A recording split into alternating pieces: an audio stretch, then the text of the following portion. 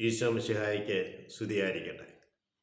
ഈശോ മിശിഹായിൽ സ്നേഹിക്കപ്പെടുന്ന മാതാപിതാക്കളെ, സഹോദരങ്ങളെ, ഈ പ്രഭാതത്തിൽ ദൈവത്തിൻ്റെ അനന്തമായ സ്നേഹവും ദൈവത്തിൻ്റെ അനന്തമായ കാരുണ്യവും ദൈവത്തിൻ്റെ അനന്തമായ സൗഖ്യവും അനുഭവിച്ചറിയുവാൻ ദൈവം ഇടവരുത്തട്ടെ എന്ന് പ്രാർത്ഥിക്കുന്നു.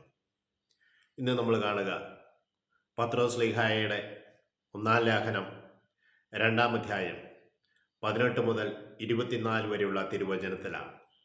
ഇവിടെ നമ്മൾ കാണുക 3 ഉപദേശങ്ങളും ഈശോയെക്കുറിച്ച് പറയുന്ന 10 കാര്യങ്ങളുമാണ്. ഇത് നമ്മുടെ ജീവിതത്തിൽ അനുവർത്തിക്കേണ്ടതായിട്ടാണ് എന്ന് ഈശോ എടുത്തു പറയുകയാണ്. അവിടെ പത്രോസ് ശ്ലീഹ ഇപ്രകാരം പറഞ്ഞു തുടങ്ങുന്നു: ഭൃത്യന്മാരെ, നിങ്ങളുടെ യജമാനന്മാർ നല്ലവരോ ശാന്തരോ ദുഷ്ടരോ ആരെല്ലാം ആണെങ്കിലും, തുടർന്ന് പറയുന്നത്, നിങ്ങൾ എല്ലാ വിധത്തിലും അവർക്ക് വിധേയരായിരിക്കുവിൻ. അപ്പോൾ നമ്മുടെ യജമാനന്മാർ നല്ലവരോ ശാന്തരോ ദുഷ്ടരോ ആരായിരുന്നാലും എല്ലാ വിധത്തിലും അവർക്ക് വിധേയരായിരിക്കുവിൻ. ഹല്ലേലൂയ. അപ്പോൾ വിധേയത്വം നമുക്ക് വേണം എന്ന് സൂചിപ്പിക്കുന്നു. ഒരു ഉപദേശമാണ്. 2-ാമത്തെ ഉപദേശം പറയുന്നത്, നിങ്ങളെ അന്യായമായി പീഡിപ്പിക്കപ്പെടുമ്പോൾ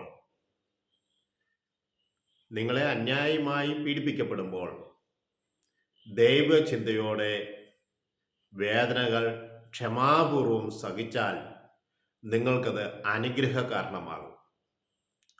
അന്യായമായി പീഡിപ്പിക്കപ്പെടുമ്പോൾ അത്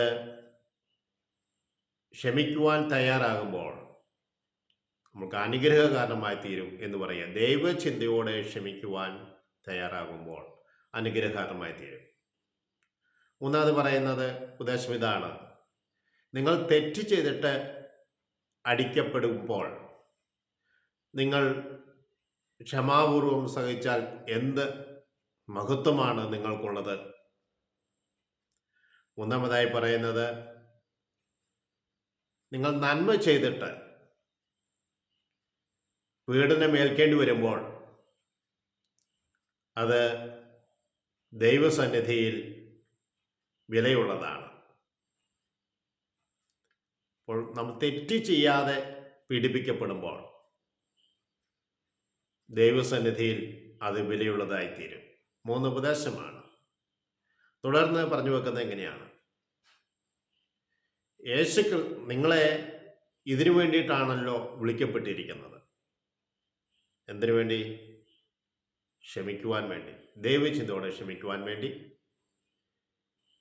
തെറ്റ് ചെയ്യാതെ പീഡിപ്പിക്കപ്പെടുന്നതിന് വേണ്ടിയിട്ട്, നന്മ ചെയ്യുമ്പോൾ പീഡനമേൽക്കേണ്ടി വരുമ്പോൾ ദൈവസന്നിധിയിൽ അത് വിലയുള്ളതായി മാറും. ഇതിലേക്കാണ് ദൈവം നമ്മളെ വിളിച്ചിരിക്കുന്നത്. യേശു ക്രിസ്തു ഇതിലേക്കാണ് നമ്മളെ വിളിച്ചിരിക്കുന്നത്. യേശു ക്രിസ്തു നമ്മുടെ വേദനകൾ അവൻ വഹിച്ചു. നമ്മുടെ വേദനകൾ അവൻ ഏറ്റെടുത്തു. അവൻ വേദനകൾ ഏറ്റെടുത്ത് എന്തിനു വേണ്ടിയിട്ടാണ്? 2 കാര്യങ്ങൾ പറയുന്നുണ്ട്. നമ്മൾ അവനെ അനുസരിച്ചുകൊണ്ട് മാതൃകയാക്കി മാറ്റാൻ വേണ്ടിയിട്ടാണ്. അവൻ കാണിച്ചു തന്ന കാര്യങ്ങൾ അത് അനുകരിച്ചുകൊണ്ട് അനുകരിക്കുവാനും നമ്മുടെ ജീവിതത്തിൽ മാതൃകയായി തീരുവാനും ദൈവം ആഗ്രഹിക്കുന്നു. തുടർന്ന് പറയുന്നു, അവൻ പാപം ചെയ്തിട്ടില്ല. അവൻ്റെ അധരത്തിൽ വഞ്ചന ഉണ്ടായിട്ടുമില്ല. അവൻ പാപം ചെയ്തിട്ടില്ല. അവൻ്റെ അധരത്തിൽ വഞ്ചന ഉണ്ടായിട്ടില്ല. അവൻ നിന്ദിക്കപ്പെട്ടപ്പോൾ അവൻ നിന്ദിച്ചുമില്ല. അവനെ പീഡിപ്പിച്ചപ്പോൾ അവൻ ഭീഷണിപ്പെടുത്തിയില്ല. നീതിയോടെ വിധിക്കുന്നതിന് വേണ്ടി അവൻ തന്നെ വിട്ടുകൊടുത്തു. നീതിയോടെ വിധിക്കുന്നതിന് മുമ്പിൽ തന്നെ ഏൽപ്പിച്ചു കൊടുത്തു. പ്രിയ സഹോദരങ്ങളെ, അവൻ പാപം ചെയ്തില്ല. അവൻ്റെ അധരത്തിൽ വഞ്ചന ഉണ്ടായില്ല. അവനെ നിന്ദിച്ചപ്പോൾ പകരം നിന്ദിച്ചില്ല. അവനെ പീഡിപ്പിച്ചപ്പോൾ അവൻ ഭീഷണിപ്പെടുത്തിയില്ല. അവൻ നീതിമാന്റെ മുമ്പിൽ തന്നെ ഏൽപ്പിച്ചു കൊടുത്തു. തുടർന്ന് പറയുന്നു, ഈശോ നമ്മുടെ പാപങ്ങൾ അവൻ്റെ ശരീരത്തിൽ ഏറ്റെടുത്തു. എന്തിനു വേണ്ടിയിട്ടാണ്? നമ്മൾ പാപത്തിൽ മരിച്ച് നീതിക്കായി ജീവിക്കുന്നതിന് വേണ്ടിയിട്ടാണ്. അവൻ നമ്മുടെ പാപങ്ങൾ ശരീരത്തിൽ ഏറ്റെടുത്ത് അവൻ കുരിശിൽ മരിച്ചു. Praise the Lord. നമ്മൾ പാപത്തിൽ മരിച്ച് നീതിക്കായി ജീവിക്കുന്നതിന് വേണ്ടി. തുടർന്ന് പറയുകയാണ്, അവൻ്റെ മുറിവിനാൽ നിങ്ങൾ സൗഖ്യമുള്ളവരായി മാറി. ഈശോയുടെ മുറിവിനാലാണ് നമ്മൾ സൗഖ്യം പ്രാപിച്ചിരിക്കുന്നത്. ഈശോയെക്കുറിച്ച് 10 കാര്യങ്ങളാണ് പറഞ്ഞു വെക്കുക.